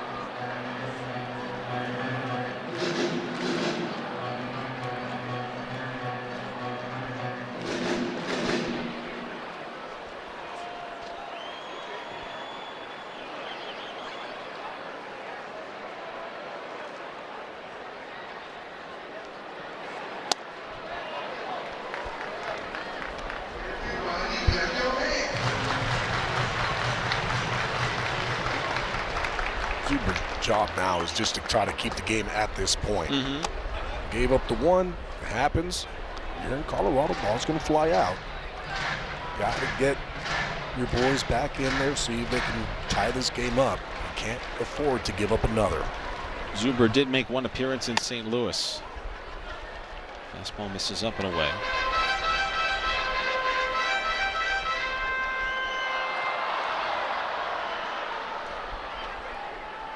No other defensive changes for Miami.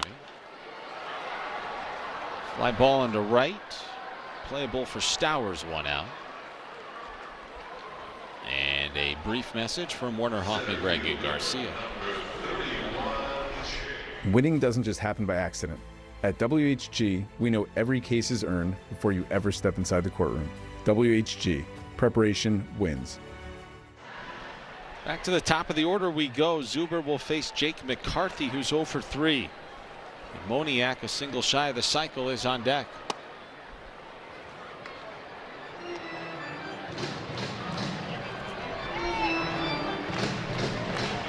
Last Rockies cycle, 2018, Charlie Blackmon. That one had a little history to it. More on that in a moment. Check swing by McCarthy. He did not go. 2 balls, no strikes.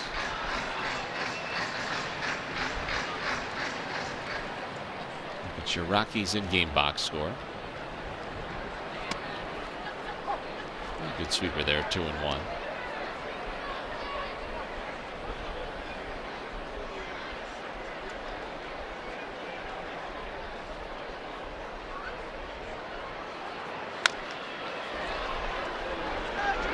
2-2. Crazy to think, too. So, Tucker Zuber's only given up 2 home runs this season.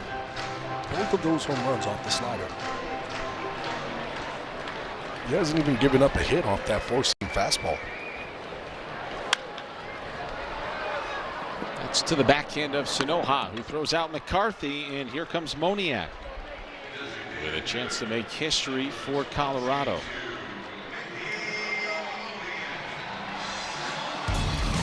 Well, Moniak has had a big night so far. This was the homer in the first. Then he doubled in the third. Then he had a couple of RBIs and a triple in the fifth. Takes the first pitch sweeper for strike 1, but he will challenge. Batter signs a call of a strike. ABS is powered by T-Mobile. Let's see if this was low. It was. It's 1 ball, no strike. So the last Rockies cycle, Charlie Blackmon, 2018. But what was notable about that cycle is it came in the 162nd game of the season, a game that the Rockies needed to win to maintain a tie with the Dodgers in the National League West. Fly ball left field. Hernandez is over with room, and he's got it in foul territory. And the side is retired. Rockies get a homer, and the lead is now 6-3 as we go to the 8th. This copyrighted telecast is presented by authority of the Miami Marlins and may not be reproduced or retransmitted in any form. And the accounts and descriptions of this game may not be disseminated without the express written consent of the Miami Marlins. Look at that young man. A big fan of Heriberto Hernandez. Simply looking for an autograph. Maybe a ball. Some Fish fans in the house here in Denver. Hopefully they joined us for the first 2 games of this series. Marlins trailing game 3, 6-3. Rockies doubling them up. Top of the 8th inning. And the new pitcher for the Rockies is Jimmy Herget, who starts off Liam Hicks with strike 1. God, they call him the human glitch. It's a really funny nickname. Yes, it is. To give somebody. I mean, it's just all arms and legs, low 3/4. He's 0-2 on the season with a 4.05 ERA. It's a sweeper, slider, sinker mix. He'll throw a 4-seam fastball, a changeup occasionally, but it's going to be a lot of that sweeper slider mix. And then he'll throw that slider. But you can see where everything is. Arms, legs. He's got that really low release. He's going to get a lot of movement with that sinker. He hasn't given up a run in his last 6 outings. Hicks takes upstairs, ball 2. The Rockies for the last few innings had the lefty and their lone lefty Brennan Bernardino loosening. But this is Herget here in the 8th. And Marcy, Conine, and Edwards on the bench. He takes strike 2 right on the outside corner.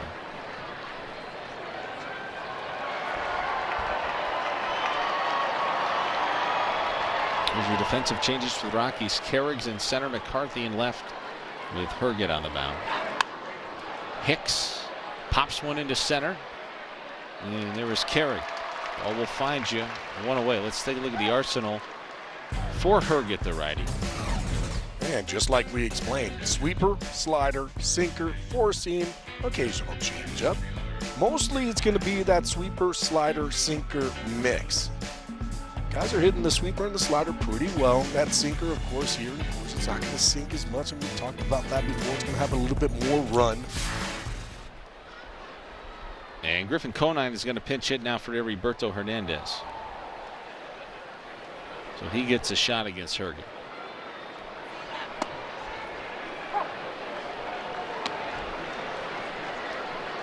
And the last pinch hitter, Conine has a lot to live up to because Joe Mack hit an inside the park homer pinch hitting in the 7th.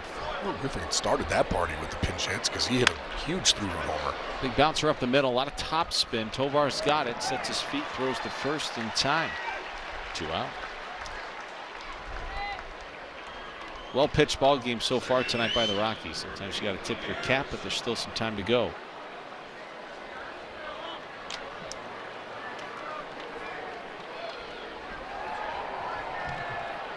Here is Javier Sanoja, who is 1 for 1. He's been on base 3 times with a couple of walks.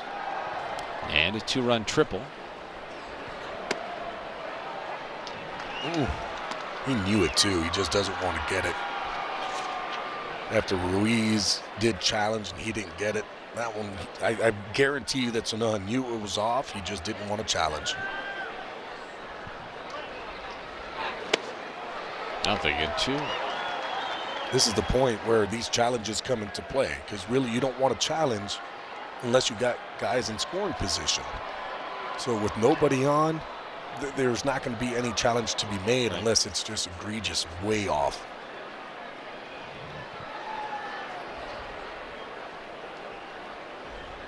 Sanoa now 12 for his last 21. Reiner, the second, picked off by Castro, and a perfect 8th inning thrown by Hergen.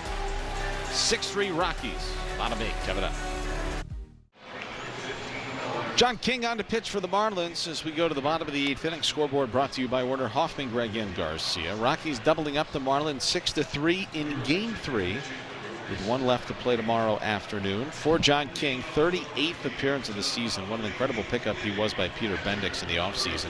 Yeah, working to a flat 2 ERA. I feel like we could say that about a lot of these guys on this Marlins team right now. A great pick by Peter Bendix. And this is another good one in John King. He has been really, really good coming out of that bullpen for the Marlins. Swing and miss by Hunter Goodman. From Konai now in left for Heriberto Hernandez. No additional changes here for Miami. Goodman slapped his 27th home run of the season in the 5th. It was a towering homer that got up towards the light fixtures. Needed clearance to land. Really, it felt like a fly ball that even he thought off the bat had no business of getting anywhere near that wall. He put his head down as soon as he hit it. It's like, man, I missed it. Right. And there it goes. Goodman waits on an 0-2 and strikes out on a changeup. Don't miss the Marlins Guayabera giveaway presented by Cuba Vera on July 7th, when the Marlins take on the Mariners. The first 2,500 fans in attendance will receive an exclusive Guayabera shirt. So get your tickets at marlins.com/tickets. Only 2,500 being given away, so that is a premier item. Make sure you get to the ballpark early that day. It's an outstanding shirt. Rumfield flies one to right. Stowers is over. He's got it. 4 pitches in 2 outs for John King. These two teams apparently have dinner reservations for a little after 9 o'clock. There's a lot of swings, a lot of early swings. I mean, still, look, a lot of hard contact. But boy, you are right.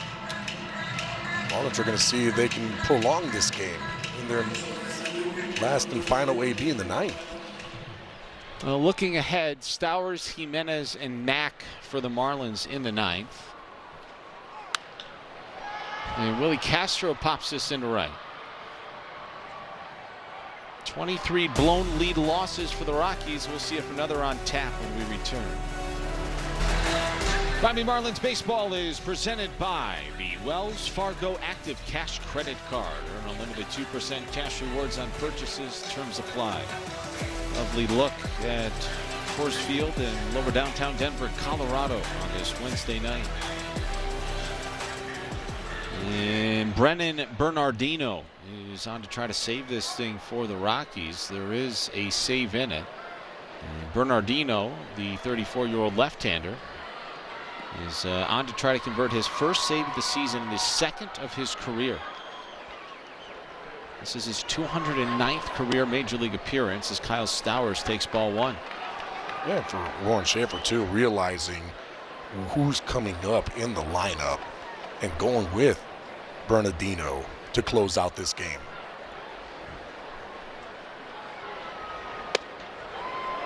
Stowers takes a strike. He's got that .358 ERA this season as Bernardino. 40th appearance, excuse me. It's a well-groomed goatee. Stowers bangs one foul, 1-2. Well, not very hard thrower. No. About 90, 91 miles an hour with the sinker. Has a curveball, cutter, a changeup. Throw occasional four-seam fastball. He's just going to really come after guys with the sinker, curveball, and cutter. He's a good story. 26th-round pick in 2014 out of Cal State University. The Cincinnati Reds. who released him in 2018. Signed a deal with the Indians. He has signed free agent deals with the Mariners. He's been claimed off waivers by the Red Sox, who then traded him to the Rockies in November of 25 for a minor leaguer.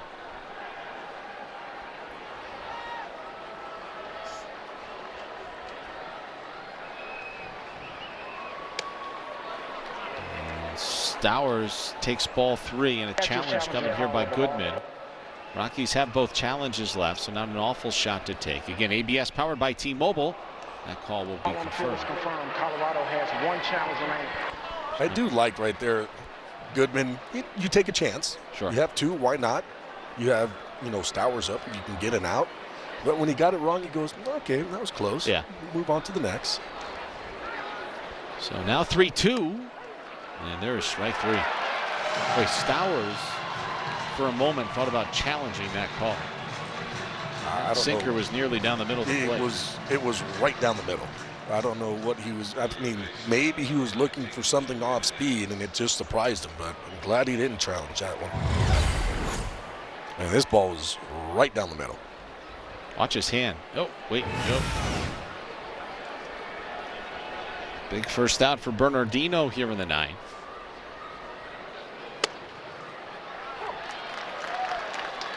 But we talked about it with Warren Schaefer understanding, the Marlins, who they have on the bench and who they have. He went, you know what, this is the right pocket for Bernardino to come in and try to close this game out. Jimenez lines one to center. And right there is carried. There's 2 outs. Bernardino's one and only save in the major leagues. It was July of last season. So here comes Joe Mack, who served as a pinch hitter in the 7th in an inside the park homer. And this is our mobile performance of the game.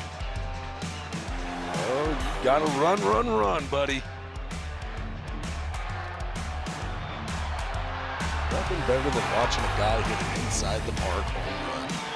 And they're going to call back Joe Mack, and Xavier Edwards is going to pinch hit with 2 outs here in the 9th. Nice Wednesday night crowd will start to rise to its feet here at Coors Field. Rockies looking for their first win in the series.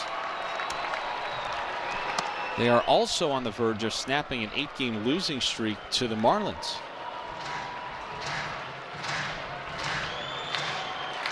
With a loss, Marlins would fall to 4-2 on this road trip. Still a very good start with 4 games to play.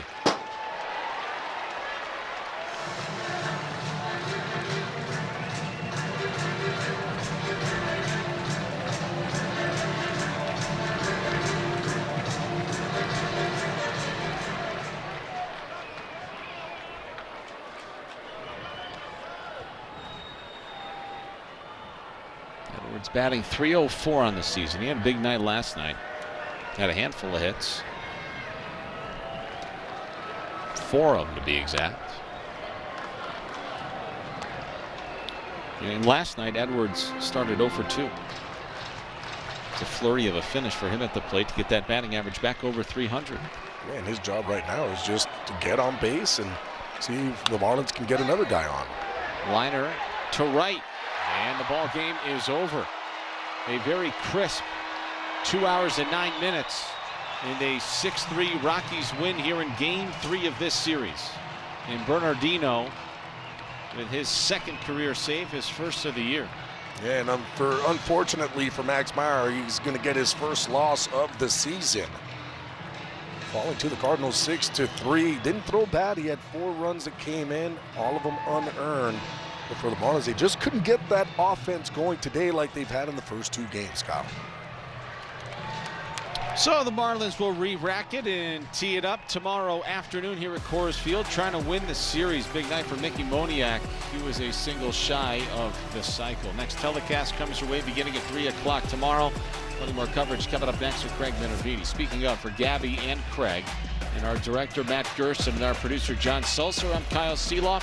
Thanks so much for joining us tonight. Marlins postgame show is next.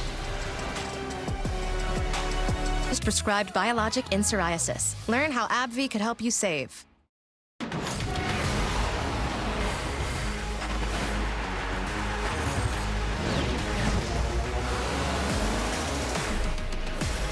And welcome to the Marlins TV postgame show here on Marlins TV. Tonight, The Colorado Rockies getting their first win of the series, doubling up the Marlins 6-3. A 4-2 trip now as the Marlins hit the second half of the trip. It looked like, and it certainly felt like they might come back the way things have been rolling, but not tonight. Good pitching by Kyle Freeland, who led the charge there, the veteran lefty for the Rockies. 5 innings, 6 hits, 2 runs. He struck out 7. They got him through 5. That's what Alon Leishman, the pitching coach, and certainly Warren Schaefer wanted from the Rockies. They got him, kept the Marlins in check, and ended up winning the ball game by 3. For Miami, Max Meyer unfortunately does not get to 10-0. He takes his first loss of the year. Amazing start still at 9-1, but does not get in the history books of the first Marlin to ever go 10-0. He had some good moments. He had some moments where they got to him as well. Homer early on, Mickey Moniak. 6 innings overall. You see the numbers, 5 runs. 1 of those considered earned. 5 strikeouts. He did not walk anybody. So he had good innings. He left some men on base, got big outs, leaving runners in scoring position in the second and the third. But that's a big one there. Hunter Goodwin, and we all thought, watching Goodman shot, that it was a pop-up to left field. He kept going, and that was a big shot in the game. A 2-run homer that came right after the Moniak 2-run triple. And so the line doesn't look great. The pitching was probably a little better than the line shows for Meyer. Kind of gutted it out here in a tough place to pitch in Colorado, and winds up going the 6 innings overall in the ball game, and he takes the loss. Let's chat with Gabby and Kyle a little bit. Good things must come to an end. It's a new month, but the Rockies played a solid game tonight. They've been looking for this kind of game. They haven't gotten much of it tonight. They got it. I mean, they got a good start from Freeland, and that's exactly what they needed to do. And you talked about it, right? Every streak has to come to an end at some point.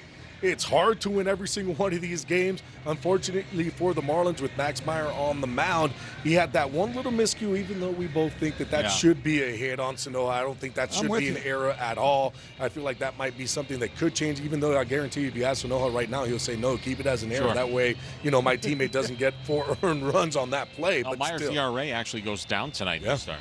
It's just at the end of it, it's one game. You got to just break it off and say, hey, we're going to come back tomorrow and try to win another one. Yeah, no doubt. 4 unearned runs there. Usually you get the benefit in the home park of getting a single on that kind of ground ball. Tough play on the backhand off the bottom of the glove. That's a very I would be hard hit ball. I'd be shocked if they don't change that. Unfortunately for Max Meyer, but good for the Rockies perhaps. Offensively in this game tonight, when the Marlins face lefties, they do go with their weaker lineup, right-handed side. How'd you guys view that tonight? Obviously, some lefties came in off the bench late. Yeah, what do you think, Gabby? I mean, I think just like what you said, right?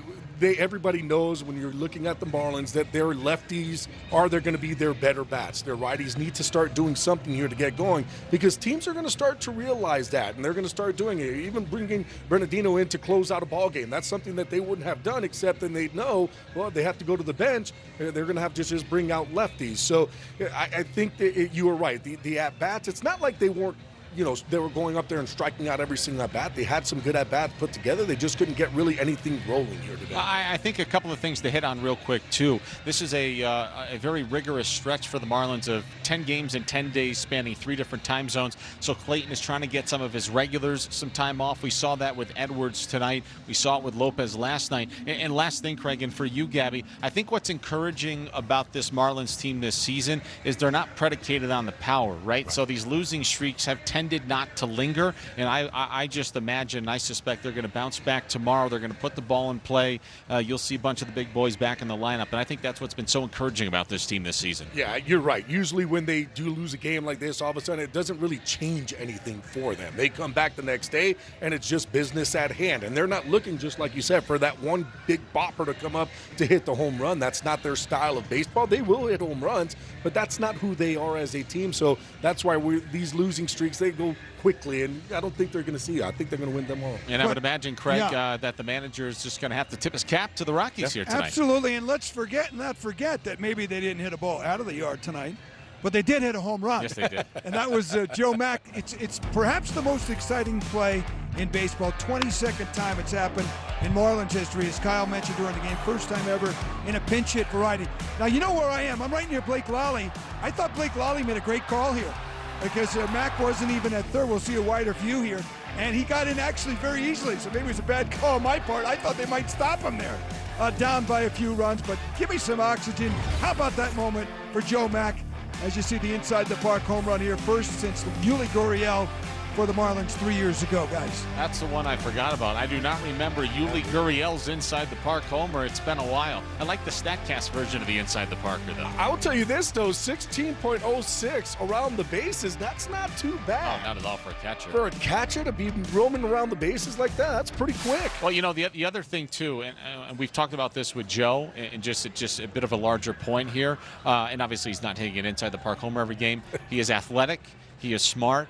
He cares about his teammates. He has shown an ability to defend at a very high level in the major leagues a month and a half into his career. He's also making some adjustments offensively, and this kid's going to be a good one for a while. Hey, he's been hitting the ball hard here in Colorado, too. We saw a big home run, another one here today, so a lot of hard-hit baseballs. All right, Craigie, we'll see if the Marlins can bounce back and, hey, win the series tomorrow. Imagine Absolutely. if they take 3 of 4 against the Rockies. If you told me that before, guys, we would take it indeed.